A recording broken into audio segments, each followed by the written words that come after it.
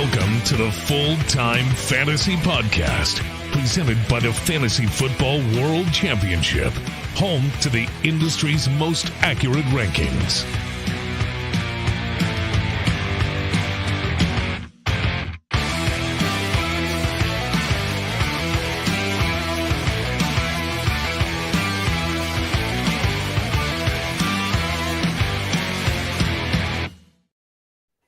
What is up, everyone, and welcome to the Full-Time Fantasy Podcast. I am your host, as always, Adam Krautwurst, and with me tonight is my friend and special guest, Jack. Just Jack tonight with us, Jack Kohlscheen. That's it. That's all we need. No other info. Prince, that's right. Prince, Cher, and Jack. Big time, high-stakes fantasy football players. Jack finished second in the FFWC main event last year overall, and we've drafted a couple teams together, hung out in Vegas. Jack, how incredible was Vegas? I mean, just the atmosphere, the drafts, everything. I mean, the circus spot was fantastic. The drafts went off without a hitch. The Fremont Street experience is there is none like it, for better and for worse. So it was a blast. Fremont good to see you as well. Yes. No, it was great. It's great to finally meet in person. I had my Jahmyr Gibbs jersey on, unfortunately. We'll talk about that in a couple of minutes, but it's back-to-back years. Last year was Pitts. This year was Gibbs. I think I might stop buying jerseys, man. Stop buying jerseys. I actually, funny, I bought a Garrett Wilson jersey. Sorry, Scott. I didn't wear it, but the Aaron Rodgers thing, that's scary. But it was a great time. I'm trying to figure out how to get back there for the Super Bowl. So they're having a big Super Bowl party out there. So gotta work our magic. That's right. Got to make some money in fantasy football. Yes. Tonight we're going to be doing some rest of season hot takes.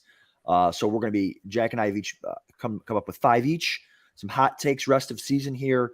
If you guys want to throw some questions in the chat, feel free. Start sit questions or trade questions, or whatever. If we have time, we'll get to those for sure. But we'll start with you, Jack. Your first hot take. Jake Ferguson, tight end for the Dallas Cowboys, finishes as a top 4 tight end rest of season. Talk to me. I love the bold prediction format, by the way, because it's like it gives you the permission to say the things that you want to say, but are afraid to kind of look like an idiot. So Jake Ferguson, top 4 tight end. So Ferguson currently the tight end 8 on the season, behind tight ends like Sam Laporta, Evan Ingram, Cole Kmet, Hunter Henry. But through 4 weeks, Ferguson is being targeted on 30% of his routes, which is second among all tight ends who have at least 25 routes this season. The only tight end with a higher targets per route run rate is Travis Kelce. And through 4 weeks, Ferguson also leads all tight ends in red zone targets with 11. So the next closest tight end is TJ Hawkinson with 7. So, with all these peripherals, you're thinking, why hasn't he truly broken out yet? And the answer to that is the cupcake schedule that Dallas has had to start this season. They've played the Giants, the Jets, the Cardinals, and the Patriots. So, as we've seen with the Cowboys DST scoring, they've been able to score defensive touchdowns, which obviously get the offense off the field. They've gotten into these lopsided games where they're resting starters for the second half. So he just hasn't had the need to be out there. When he is, though, he's highly involved. But their next 4 games, it's San Francisco, the Chargers, the Rams, and the Eagles. And Dallas is going to need to pass in all of those. And then on top of that, the fantasy playoffs, they play week 15, the Bills, week 16, the Dolphins, week 17, the Lions. So with those sort of peripherals, when he's out on the field, he is earning targets at a rate like no other tight end except for Travis Kelce. He's highly involved in the end zone. They're going to need to look to him in order to keep up in these games. I have him as my tight end 4, boldly, as my hot take for the rest of the season. I love that. We talked about him on the deep end last night. Mike Shope and I, my co-host, we're in on him rest of season. My only slight concern with him would be the schedule. So you looked at the schedule as high scoring. Those are all great points. But as far as strength of schedule is concerned, he does have some issues. The Chargers are a great matchup. That Detroit one in the championship is the best matchup you can get right now, or one of the best matchups you can get for a tight end. So those are two really good matchups, but those are the only positive matchups he has based on points allowed to the tight end position moving forward. So again, small sample size. We're only 4 weeks in. A lot of these teams might not have played good tight ends yet. So are there any good tight ends actually, now that I think about it? But so yeah, there's a little bit of movement still there to be played in the strength of schedule game. But no, I like it. Even if you're off, I think it's a small miss. I think you could still finish top 6 or 7 and you're fine. How do we practically do this, Jack? Like, so we're in a lot of high stakes leagues. There's no trading. There's no, he might be on waivers and some of the FFWC stuff. For like home leagues, would you recommend going out and trading for him?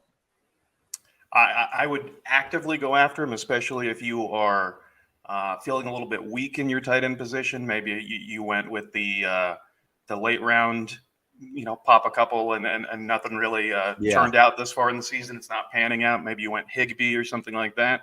I would assume in the FFWC, we're starting to get into bye weeks. And so I could see a lot of people drafting Ferguson as maybe their backup tight end. And so now as we start to get into bye weeks and injuries accumulate, those backup positions are among the first cut. So you might see somebody during waivers cut Ferguson before he's truly been able to break out. And so if he pops up on your waiver wire, he's definitely worth a healthy bid. I'm looking him up on Marcus Mosier. I talked to Marcus Mosier on Twitter. I spoke to him at the FF Expo this year in Canton, Ohio. Great time. I recommend everyone go down to the Expo. Everybody's there. It's an absolute great time. I spoke to him. He is the host of Locked On Cowboys, so he's really locked in with them. He said that Ferguson was going to have a breakout year this year. He said they've been using him a lot. Even in the preseason, they targeted him a lot. So I was able to kind of late in the game get in on the Jake Ferguson game. So I was excited about that. All right, moving on to one of mine here. And this is a frustration take. This is but hey, listen. You never get frustrated, Adam. I think it's going to I don't get frustrated very easily. I think it's going to happen. David Montgomery will finish as a top 5 running back rest of season. Why do I think that? I think that because I think their offense is really, really good. I think their offense is really, really talented, from the O-line to all the skill position players. I think that David Montgomery is a good player. I don't know if you saw Austin Eckler today talking about how he's how David Montgomery is a crafty veteran, the way he works the running game, the way he picks up those extra yards. And the biggest thing too here, Jack, is that the coaching staff wants him to smash. He comes off an injury where he's supposed to miss maybe multiple weeks. He comes in on a Thursday night game and goes for 30 plus carries in a game where they're up by 30. I mean, they just keep feeding him and feeding him and feeding him. This is what they want. They want him to be a top 5 running back. They don't want Gibbs to be a top 5 running back. If Gibbs is a top 5 running back, they think that they're failing. Right. But if David Montgomery's a top 5 running back, they're winning football games. It's Jamal Williams all over again. Goal line touchdown after goal line touchdown. So I think David Montgomery's going to have every single opportunity in the world here to be awesome. And what do you know? They have the number 1 best strength of schedule moving forward for running back. Carolina coming up. They got Chicago, Green Bay down the stretch. They get Chicago again. Denver, who's like they're tracking Denver's defense right now. DVOA has Denver's like the worst defense ever tracked. Look at the history of the NFL. I mean, he gets Dallas and Minnesota the last 2 games of the regular season, which are not good matchups. But again, those are going to be shootouts. So, David Montgomery to me, and again, I don't have a lot of David Montgomery. I was the Gibbs guy. So I say this out of frustration, but David Montgomery, top 5 running back, rest away. I like what you're saying, because I was a David Montgomery guy over Gibbs earlier on and got talked into a bit of the hype. But I think what you said about, what they want is the key part, because, Dan Campbell talking today about Jameson Williams, different player, but he was talking about his, just philosophy. What is success at the position? It's being reliable and being consistent and doing the little things that you're supposed to do. And, like you were saying with Eckler, everything from like squaring his shoulders Yes. as he bursts through the hole, all of the little veteran moves that just make, him a reliable option to advance the ball forward. He's got the Jamal Williams role, but he's also getting more targets than you would expect. And, just has a role down the field that Jamal Williams didn't have as well. So he's Jamal Williams plus on a better team, a more successful team that, has fewer 3 and outs. So I'm all for it. So I guess thanks for buying the Gibbs jersey, because you made this right. That's right. And the cool thing about playing in some of these home leagues, I do have a couple home leagues still laying around, is I made a trade for Montgomery a couple of weeks ago. And then he gets hurt. I'm like, oh no, but now he's back. Love the trade. Like he's this coaching staff doesn't lie, just like the Falcons coaching. And we'll get into the Falcons in a minute. The Falcons coaching staff does not lie. If they've told you what they want to do with their actions, with their words, and that's what they're going to do. And so they're even designing, to get into it, they're designing these pass plays for David Montgomery that they're not designing for Gibbs. When Gibbs is open, they don't throw him the ball. When he's covered, they throw him the ball. David Montgomery's running these exotic routes coming from one side of the formation to the other. They're faking it to Gibbs. Montgomery's wide open. They're using Gibbs as a decoy all over the field. And Montgomery's just involved as we thought. Everywhere. Just as we thought. I should have been more in tune with that, man. It just should have known. It wasn't DeAndre Swift. It was the coaching staff, and now it's going to be Gibbs all over again. But oh well. All right, moving on. You, sir, have Calvin Ridley will finish as a low-end wide receiver 3 rest of way. Now, I know what you might be thinking. That might be, Jack, is this a bold take, or is this just you victory lapping your Christian Kirk over Calvin Ridley take from earlier Red versus Blue this summer? Yes, it's both. To which I would say, why can't we have both?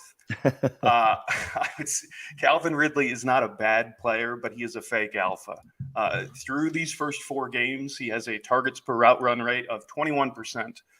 But you don't need to compare that to other players in the league. We can just compare it to his own teammates in Jacksonville. So Calvin Ridley, TPRR, 21%. Christian Kirk, 27%. Zay Jones in the 2 games he played, 25%. Evan Ingram, 23%. So earning targets at the lowest rate among any starter on his team. You can look at yards per route run. Kirk, 2.01. Ingram, 1.83. Zay Jones, 1.06. Calvin Ridley, 1.66. So I guess he's beating out Zay Jones in the yards per route run category.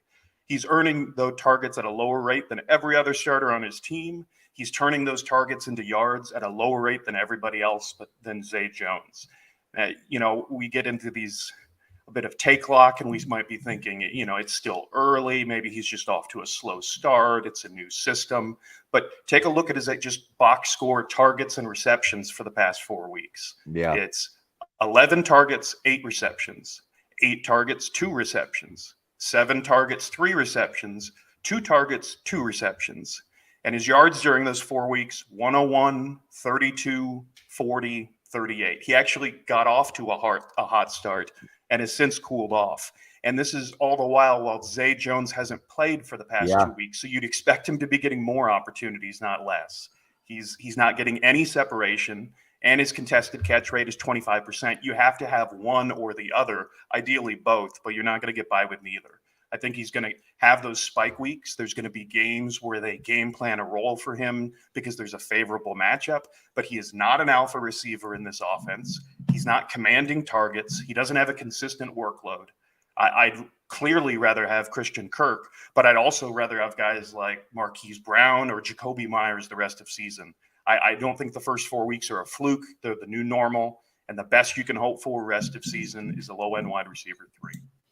Fake alpha. That's the most disrespectful thing I think I've ever heard anybody called on a show. We put it on him. Yeah. We saw one video where he looked better than Zay Jones in shorts on a drill, and all of a sudden assumed that he was just going to become this commanding alpha when, that's not how Doug Peterson's played. That's not how Jacksonville has played. And that's not where even the money is. There are a lot of other talented receivers. They're spreading out the ball. And when we started drafting him in the second as the unquestioned alpha of the Jacksonville offense. I think we're probably putting a bit of wish casting on him. Yeah. I think you're absolutely right there. My initial instinct for this Jaguars team was they were going to spread the ball around. And that's kind of where my portfolio ended up, where I don't have a lot of the Jaguars, and I'm fine with it because you just don't know. I mean, Kirk was the buy low guy. Evan Ingram, especially in tight end premium leagues, was the buy low guy. ETN right now is underperforming. I think they're all underperforming. The whole offense, Trevor Lawrence, like they're not humming, they're not clicking. Hopefully they can get it going there. But no, I definitely agree with you there. 3 of their last 4 games, by the way, the money weeks, 3 of the last 4, Cleveland, who's like historically good right now on defense, Baltimore, which is a positive matchup, but it's Baltimore, Tampa Bay and Carolina, both really, really. Carolina's a pass or a run funnel, whatever you want to run against Carolina or whatever. So yeah, like you don't want to, you can't really pass in Carolina. So it's a tough schedule down the stretch. And for people who can make trades and make pickups and stuff, guys, we're getting to that point where start looking down the stretch to find some of these guys that have really good strength of schedules for the playoffs. And we're going to get into, that's a lot of the stuff that we're talking about tonight is rest of way. We don't care about weeks 1 through 3 anymore. We care about rest of way and stuff like that. Stats Guru does point out Jacksonville's finally back to full strength on the O-line with Cam Robinson returning, which will certainly be helpful. But that'll be good for the offense as an entirety. So you're still probably starting him, especially in the FFWC where you got to start 3 receivers. You can start up to 5, but he's not going to be that wide receiver 1, Jack, like people were drafting him as. So, all right, I got one. Again, it's another frustration pick. But I believe in it. It's not even that much of a frustration because I was out on Pitts this year. I do not have a lot of Kyle Pitts at all because I just believe the Atlanta coaching staff. I have that Jonnu Smith will outscore Kyle Pitts rest of way. And I said that to you, and your comment was, well, that's not very impressive. Like that's not saying much, right? Because Kyle Pitts is like tight end 90 or something like that. Like he's awful. Pitts isn't awful. The situation's awful. We don't have to go over the numbers. Pitts leads tight ends and air yards and target percentage and all the fancy analytics, right? But like I said before the season started, A, the coaching staff doesn't want him to be great. And B, their quarterback might be historically awful again. Like people are like, oh, Marcus Mariota, for Pitts to fail, he needs the offense to throw at a historically low rate with a historically awful quarterback. That's what they had last year, and they have the same thing again. And now he's the backup. Now he's getting less targets than Jonnu Smith, who, by the way, I was 3 years too early on because I was all over Jonnu Smith like three or 4 years ago. So go pick up Jonnu Smith in these leagues, people. I'm not even going to get mad at you if you drop Kyle Pitts because I can't even argue it. Even if he has a game, what's the game? What is it? 4 for 90 and a touchdown? He's not going to lose you your season. He's not going to lose your week. What needs to happen? Every single player on the team needs to get hurt for him to pop. Like it's just not there. It's not going to happen. He'll pop a game here. He'll pop a game there. He won't be in your starting lineup, or he'll cost you 4 games in a row before he gets there. So you want to drop Kyle Pitts, fine, especially in 9 tight end premium. Fine. Jonnu Smith outscores him rest away. No, I think Arthur Smith made it really clear what he intends to do with this offense. And, in the offseason, we all kind of looked at each other and said, like, well, there's no way he could possibly do that again. There's no way that he drafts first-round draft picks as like decoys. And that's exactly what he's going to do again. And it also reminds me the Mariota to Ritter transition reminds me a lot of Carolina last year in like it can't possibly get any worse than Sam Darnold. Baker Mayfield can't be any worse than that. Every single time now in the offseason when somebody says, well, it can't get any worse than X player, I'm just going to start assuming that it very well could get worse because it often does. Yeah. But I 100% agree with you. I think, when it comes to Pitts at this point, it's kind of the sunk cost fallacy. Like you're keeping him on your team because of the draft pick you invested in him, not necessarily what he's doing for your team. And the sooner you can rip off the Band-Aid and make the difficult decision and start pivoting to, to more, playable, reliable tight ends that can actually get even just baseline benchmark replacement level points, the sooner you can start competing. Excuse me. Yeah, completely agree. Dynasty's a whole different story. I think he's a super, super talented player. Go buy in Dynasty. Find an owner like me who's pissed off and done with him and who's going to trade him away. Go buy him in Dynasty because eventually Ritter might not even last the season. He will certainly not be their quarterback next year. So I would be buying him in Dynasty. Quick before we move on, we got a question here from Anthony. Talk to him about Jameson Williams here. So my quick thought on Jameson Williams is, and we spoke about him real briefly earlier, he's the type of player like Jahmyr Gibbs where I don't think they want him to succeed. Not him as a person, as a player, whatever. They want to run him on wind sprints. They want to fake the ball to Jahmyr Gibbs and give it to David Montgomery. They want to clear out open space for their rookie tight end, for Amon-Ra St. Brown. They want to use Gibbs and Jameson Williams to open up space for the guys that they really, really like, the football players, the hard-nosed guys. So that's what they want to do. Now, Jameson Williams touched the ball like 2 times last year, and he was sensational. Now, he's incredible. He can get there, and I've got Jameson Williams on my teams. He can get there on, just like Christian Watson did, on like 2 targets. So he can get there. If you got to start 5 receivers, he's probably in those 5 receivers. But I wouldn't be too overly excited about him overtaking the rookie tight end or Amon-Ra. He's still probably 4th or 5th on the depth chart. And I probably wouldn't start him this week. Go ahead, Jack. I certainly wouldn't start him this week. I think all the extra week does is allows them to ramp him up a little bit more than they were anticipating, but I don't see him coming back to 60 snaps this week.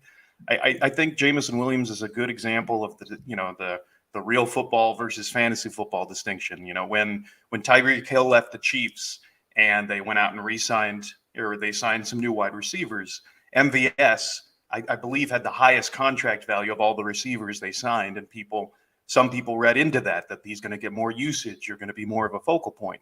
No, it's that field stretcher role is very important in opening up other players, but it doesn't necessarily, a lot of times they're going to be running wind sprints. He's exceptional at beating people down the field. Every once in a while, he's going to burn them. I think he's a great DFS play, and he's a great, I've got a stacked team. I need a little bit of upside in a flex in order to, push over the hump. But you're going to be frustrated more weeks than satisfied with Jameson Williams.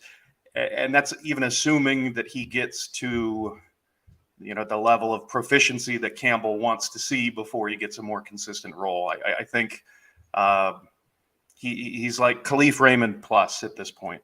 Yeah, I think you're right. Again, he offers that explosion. And now again, in the playoffs, gets Denver, gets Minnesota, 2 really good defenses you want to face in the passing game. So there'll be some opportunities there. He'll have some games, but that's not what they want to do. That they want to grind it out, and they want to use them as like as a decoy, I think. All right. What do we just do, John? So you're up, Jack. We have Jayden Reed, top 24 receiver, rest of way. Hurts. I've got a lot of Jayden Reed. I've got more Christian Watson. Hurts my heart. Talk to me. Talk to me. Well, Jayden Reed has actually had a pretty outstanding start to his rookie season. We're kind of, we've become used to the idea that you just hold the rookies for the first half of the season. It's the second half when they really start to take off. Jayden Reed's been performing well, but I think he's largely being overlooked by the fact that Puka Nacua is, a god among men. So I thought it might be helpful to compare some of Reed's peripherals over his first 4 games to other breakout rookies in their first 4 games. So I've got Jayden Reed, first 4, Garrett Wilson, his rookie season, and Amon-Ra, his rookie season, first 4 games. So target share, Reed, 18.1, Garrett Wilson, 19.2, Amon-Ra, 10.5. So competitive there, doing in middle of the pack. Targets per route run, 26% Jayden Reed, 26% Garrett Wilson, 15% Amon-Ra. So tied with Garrett Wilson and doing better than Amon-Ra at that point. Yards per route run, 2.18. Garrett Wilson, 1.82. Amon-Ra, 1.01. And finally, their average depth of target. Jayden Reed, 13. Garrett Wilson, 10.2. Amon-Ra St. Brown, 7.5. So again, not all of that. That's not the end-all, be-all, but I think it provides some helpful context that he's having a great start to the season. And to me, the most important part of that is actually the average depth of target. He's, with 13 on his average depth of target, not only is that more than Garrett Wilson and Amon-Ra St. Brown, but it's also more than Romeo Doubs on his team at this point.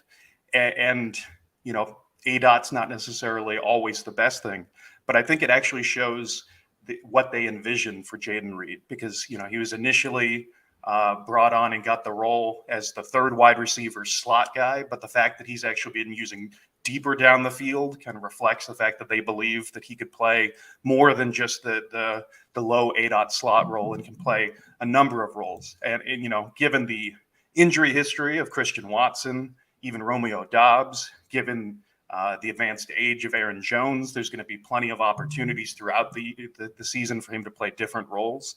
And I think there's a reasonable chance that he could overtake Romeo Doubs as the second wide receiver in two wide receiver sets. It's an offense that's in a lot of games. They are getting a lot of garbage time points. Jordan Love is kind of the new Blake Bortles, but in fantasy that works just fine. And I think based upon the start that we've seen, the potential he has, and really the only other person on that team in the wide receiver and tight end core that's really locked in, I would say Christian Watson plays a completely different role than he does. So I think he can play a lot more of the move the sticks type role. Yeah. Especially filling in for Aaron Jones or Luke Musgrave. He can. When they're back, he can move to the more intermediate spot and leave the deep routes for Christian Watson. I think Romeo Doubs, a decent player, but nothing special. And I'm expecting the breakout for Jayden Reed. Yeah, I could see there being two top 24. I don't know, maybe a little hard for them. The thing about the numbers for me is no Christian Watson, no Aaron Jones. So we don't really know exactly when everyone's there, what it's going to look like for Reed. I think for sure Reed can finish ahead of Doubs as like the second receiver there. Musgrave doesn't really worry me too much. Again, I think that's not having Watson there. Musgrave's also hurt now. So I think Watson finishes as the number one there. And Aaron Jones is going to have something to say about a lot of those targets too. So I think that it will be interesting. But I do like Reed. And I do like him to finish as the number 2 receiver on that team. They also have a lot of good matchups. Denver, Minnesota, Pittsburgh, the Chargers, Detroit, Minnesota again in the championship game. So there's a lot of really favorable, really positive matchups there. So Reed for sure, pick him up, stash him. And again, dude, injuries, bye weeks. I mean, especially in the FFWC where you can start up to 5 receivers. It's like, man, Reed will be nice to throw in there on, even with everybody healthy on the Packers. So, all right, moving on to my next guy. I've got Devin Achane. I don't know what it is now anymore. I think I heard Achane. Achane, perfect. Yeah. Devin Achane. I have him as a top 10 running back rest of way. Listen, I think he's the best running back on the team. I have a ton of Achane. I have a ton of Mostert too, but I just was never going to believe in a 31-year-old journeyman holding up for an entire season. It's been fine. It's been wonderful. Mostert's obviously been incredible. That week they had 2 weeks ago where they both went bananas against Denver in that 70-point explosion. Like, that's crazy stuff. Mostert will be fine. I think, though, opposite of the Lions, opposite of the Falcons, I think they want Achane to be their guy. He got all the goal line work last week. He got all the carries, a bunch of the carries inside of the 10. Super explosive track superstar on a team that loves that type of stuff. Now, it might not happen like Montgomery, where he's consistently 20. It might be a 30-pointer and then an 11-pointer, a 30-pointer and 11. I just think that he's the best running back there on a team that loves his skill set. He's explosive. The offense is explosive. And so I really like Achane as a hot topic here, a little hot pick as a top 10 rest of way. Schedule isn't great. He's got the Giants coming up, amazing. Carolina after that, incredible. But then he does have a little bit of a tough stretch. Playoffs against the Jets, the Cowboys, the Ravens. But I think that this offense, Jack, is so good. It doesn't even matter. I mean, last week the Bills shut him down really good, like for three quarters there, and he still had like a 60-yard run. He still scored. Like, he looks really, really good. Yeah, and I think the thing that really spells the formula for his success and why I believe what you're saying is his role. I think he's almost going to become the number 2 guy in that offense, not just running back, but the number 2 guy. There's a reason why, especially past 2 games, we haven't seen Jalen Waddle out for one of them, and who filled that role? Achane and Mostert, who, last week, Jalen Waddle, relatively quiet. And I think it's because how do you stop both Tyreek Hill and Devon Achane when he's in the backfield going different directions with that level of speed? I've heard a lot of smart people comp him to Chris Johnson, and I see a lot of that both in size and speed. But when you have 2 guys that fast playing in different parts of the field, often have motioning in opposite directions, it just forces defenses to make sacrifices. And I think that they're going to choose to cover Tyreek 9 times out of 10 and give him those opportunities. So it's a creative offense. He clearly has a role. They went out and got him for a reason, and they believed in him despite size concerns and things like that, because they know what his speed can do. For sure. I'm excited. I mean, listen, you can even test yourself, guys. When you go to a lineup and you see Achane, like, oh my God, I have Achane on my team this week. Like, it's exciting because that potential is there to absolutely smash. Quick question from Matt here. Kyle Pitts or Goddard in week 5. It's usually going to be anyone. It's going to be the or when it comes to Kyle Pitts. Pitts or anybody. Jonnu Smith over Kyle Pitts week 5. Pitts, I almost start that guy in a bye week over Kyle Pitts. But Goddard's a good one that we haven't talked about this show yet, but he started slow. I think he gets the squeaky wheel treatment. He's faced a lot of tough tight end defenses. And the problem is, too, they don't use him at the goal line because they got the freaking tush push thing going on. That's where a lot of tight ends eat. The thing, too, Jack, about the tight end position, Goddard, Pitts, all these guys that have stunk, they haven't killed you because nobody's been good. Jonnu Smith had 95 receiving yards last week, Jack. He was the number 1 yardage for a tight end this season. Was Jonnu Smith last week. No one's done anything. Like, Andrews finally gets 2 touchdowns. I realize Kelsey, missed week 1, had a slow start, but they haven't been killing you. Which is why when I was drafting FFWC teams, I was waiting until late to get those tight ends. Either get that top elite one, Kelsey or Andrews, which we did a bunch of, or just freaking wait, and get the bottom of the barrel guys. So, Nick Sirianni, I gave an interview, I think yesterday or today, where he addressed Dallas Goedert's role, and both did the coach speak about kind of reaffirming he has an important role, but he actually is talking about, and someone referenced, and I don't quite remember where it was, but that Dallas Goedert was the first read on I think 18% of the plays, but like Sirianni was saying, things happen on these plays that we designed for him where we have to make an adjustment or a pivot mid-play, or an opportunity comes up, we take advantage of it. There's a miscue, or we don't get to do what we intend to do, and so he seemed to let on that his role is not intentionally being minimized. Right. It's just a small sample size so far. And it's what happens when the Commanders we knew. Listen, I had Goddard in my sit article last week. Like, if you guys read the sit article, Goddard was in there. The Commanders have a really good tight end defense. That's what Sirianni's saying. They draw a play up for Goddard. The defense has taken away Dallas Goedert. Now, that's stupid because A.J. Brown's going to go for 190 and 2 score and embarrass you. But, if you want to take away Goddard, fine. There's going to be weeks where they're going to take away A.J. Brown and Devonta Smith, and Goddard's going to eat. So, definitely Goddard moving forward and this week. All right, Jack, talk to us about Jackson Smith and Jigba. What's your hot take? I've got from week 10 on, JSN will be a wide receiver 2, so top 24.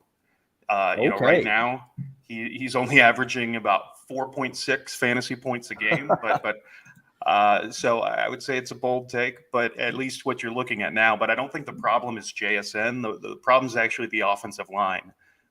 Seattle's using 12 personnel on 37% of their plays called, which is the 5th highest rate in the league, only behind Titans, Bills, Chargers, and Falcons.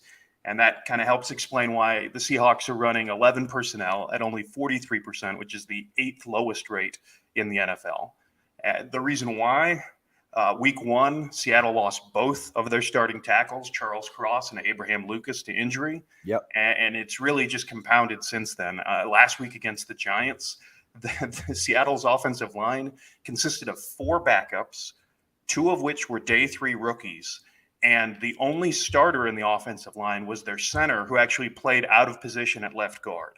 So that explains why, despite being the first wide receiver taken in the draft, a first-round pick, JSN is only running 63% of the total routes compared to 84% of Lockett and 80% by DK Metcalf. And it also helps explain why his yards per route run is an abysmal 0.7 compared to 1.32 for Lockett and 2.37 for Metcalf. His ADOT is only 2.8 yards. So that tells me that when he's on the field, they're missing that other blocking tight end, and they just don't have the time to let him get further downfield.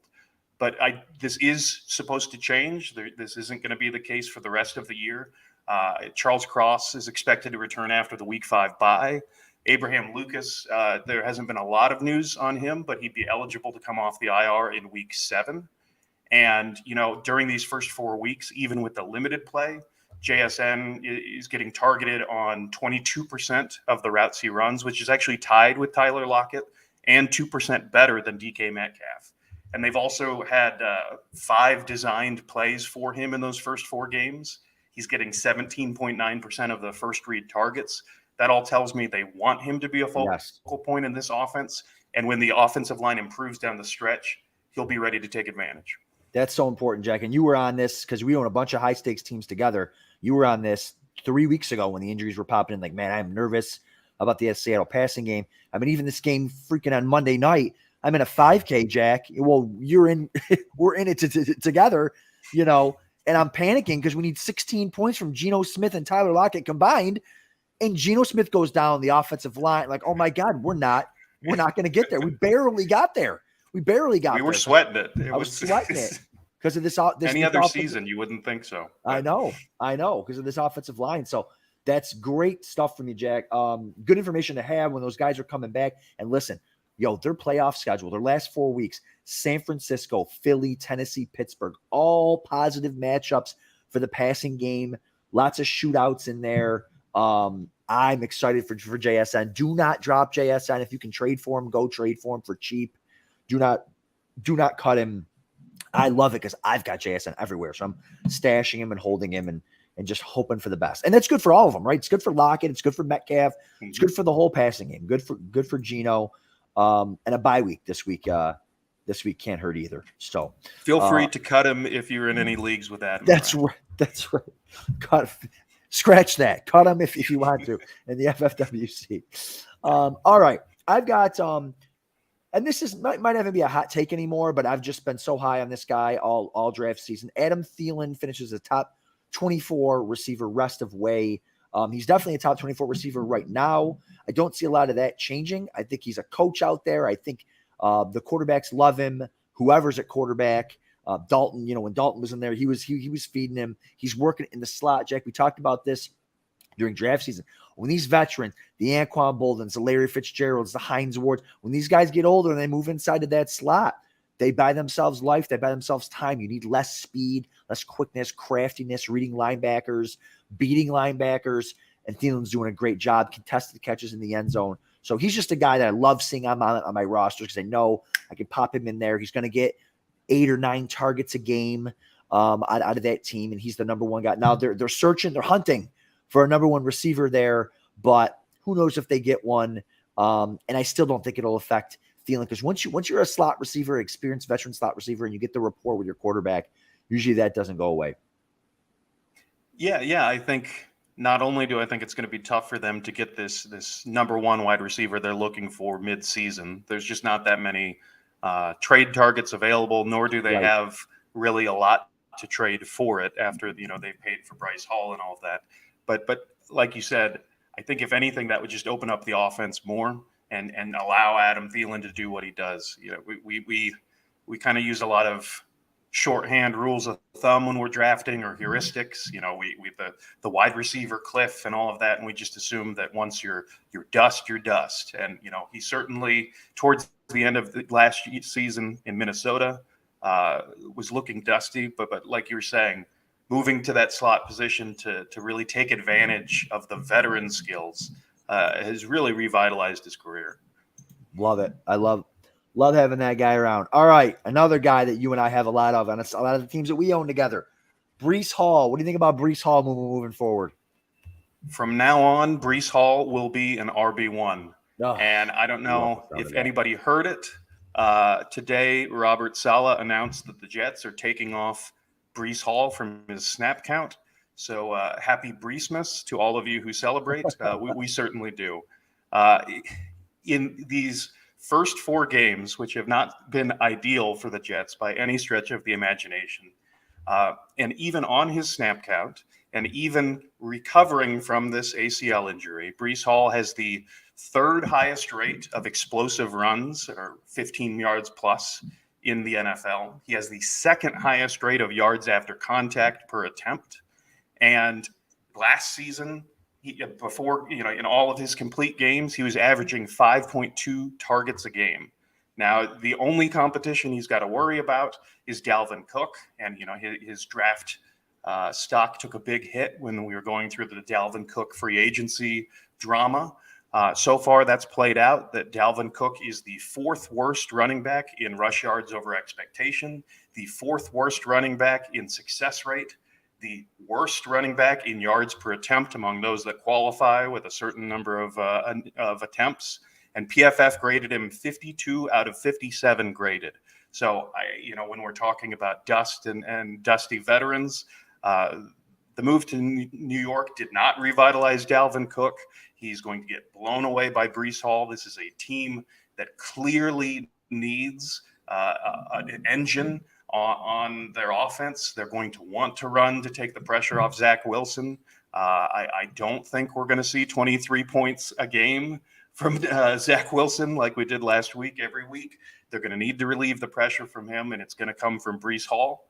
And it's going to start this week as we go against the vaunted Denver Broncos defense, like you were talking about earlier. Yeah, man, he gets Denver this week with the 2nd to worst run defense as far as fantasy points allowed. This is the week they can smash there. I love it. I completely agree with you.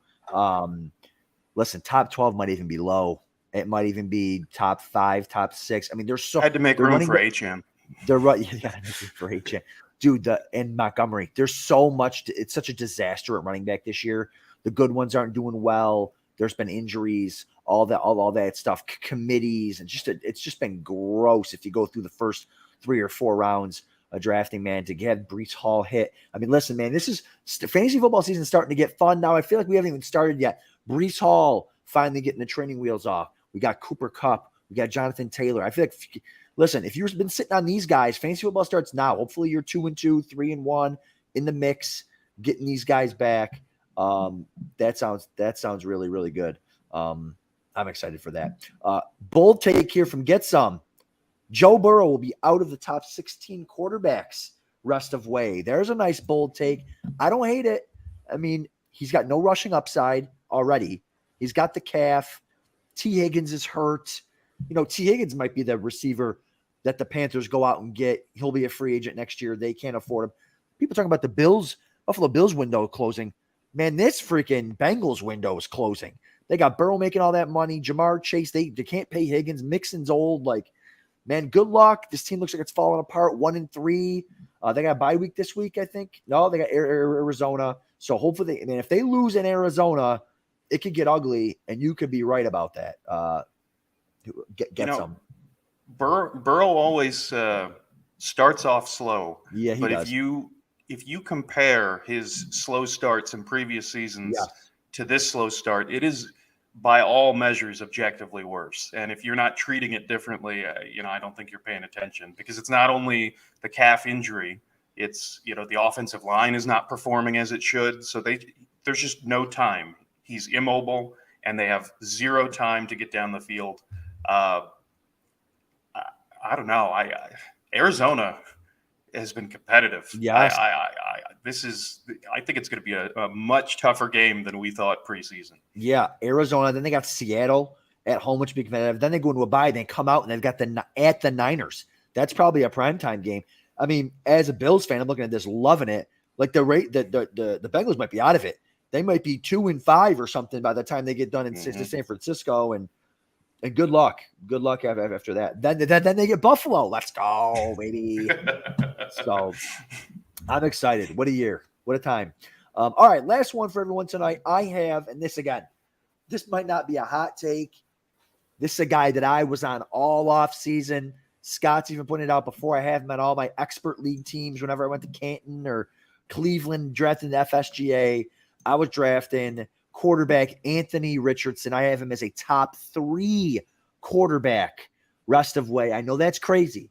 I know it's crazy, but man, I'm telling you, he's been a top 3 quarterback on points per game this season.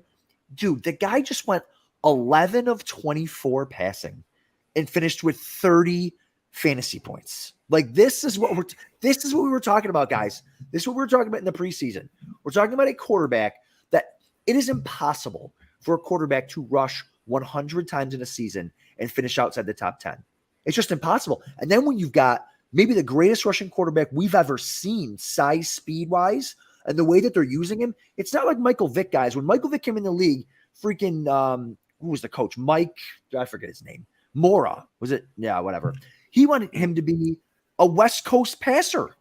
They're trying to make Mike Vick into a West Coast passer. Times have changed. They're letting Richardson eat. They're letting him run. They're letting him do whatever he wants. Yes, he didn't finish week 1. Yes, he didn't finish week 2 with the concussion. The concussion was a fluke. It was on a touchdown where he hit his head on the ground. They're getting JT back. The offense is going to be explosive. Maybe not explosive, more explosive.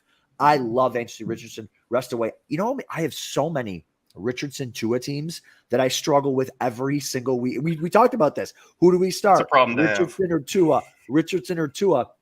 This week, Richardson or Tua? It's like I might just plug and play Richardson and say, you know what? I'll take a down week here because I'm going to get 3 straight top 3 weeks. Thoughts on Anthony Richardson as the top 3 quarterback rest away?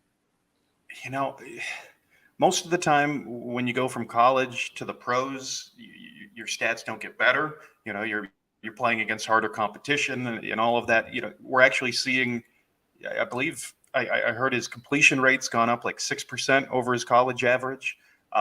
He's really in a system that suits his strengths. Yes. That pass he made to Alec Pierce this past week, if you watch the clip, it looks like one of those like fake videos where somebody has clearly edited it, because it doesn't look like a human should be able to make that throw. Yes. And the guy's the size of Derrick Henry. Yes. So it's not just that he's a rushing quarterback. It's that he's a rushing quarterback that does not take sacks. He does not get sacked. So imagine if Justin Fields was not having all of these plays end in sacks, but instead moving the ball down the field either with his legs or, using the cannon of an arm that they both have. It's just we have not seen a player built like this that can do these sorts of things. And it's going to be really fun to watch. But I don't see how he's not drafted as a top 4, top 5 quarterback next year. I think that's conservative. Man, I was telling people, like, a lot of times to win these big main events, Jack, these big tournaments, you gotta hit on these late quarterbacks, man. For me, when I came in the top 5 in 19, it was Lamar Jackson in round 11, round 10. And this was before it was Mahomes, Josh Allen the year after. Like, you're able to get these guys in round 10, round 11. that have top 5 upside. And to me, this year was Anthony Richardson. He was that guy you could get, and now he's there. And now you got to start him, and you're going to blow teams away at quarterback. Think about the guy with Joe Burrow. Think about the guy, rolling out these guys like he can't compete. He's got Joe Burrow. He took him in the 3rd round, 4th round, can't compete with Anthony Richardson. 11 of 24. That's freaking terrible. And he was 30 fantasy points, right? He's been way better than that. Week 1, week 2, week 3 was out. Like, he's going to have games where he's not 11 of 24. That week he got hurt. He was on pace for like 50 fantasy points. He had like 2 rushing scores in the first quarter. That was insane. All I've got to say about, Anthony Richardson beyond that is God bless Trey Lance, because he really paved the way because people were so burnt by Trey Lance that they were cynical and pessimistic towards somebody like Anthony Richardson. And, there's no way he's ever going to be a late round quarterback again. That's right. So that's it, man. Were those takes hot enough for everybody? I hope they were. I'm burning up over here. I feel good. I feel spicy. That's right. You feel spicy. I love it. I'm getting over this cough over here, but hey, great job tonight, Jake. Everyone, thanks so much for joining us tonight. Again, tune into all the full-time fantasy stuff, guys. We're doing these shows every single week. Jack will be joining me again. Check out all the articles on full-time. Jody and Sean are all doing a great job over there. I got my start sit article that comes out on Friday for Friday mornings. And I love doing it. Different nuggets in there for you guys. I've been doing pretty well the last 2 weeks. I hit on almost every single one. So tune in for all that stuff. Again, thanks for everyone for joining the full-time fantasy podcast. I'm your boy, Adam Krautwurst. You can find me at Adam_Krautwurst. With me tonight is just Jack, and we will see you next week.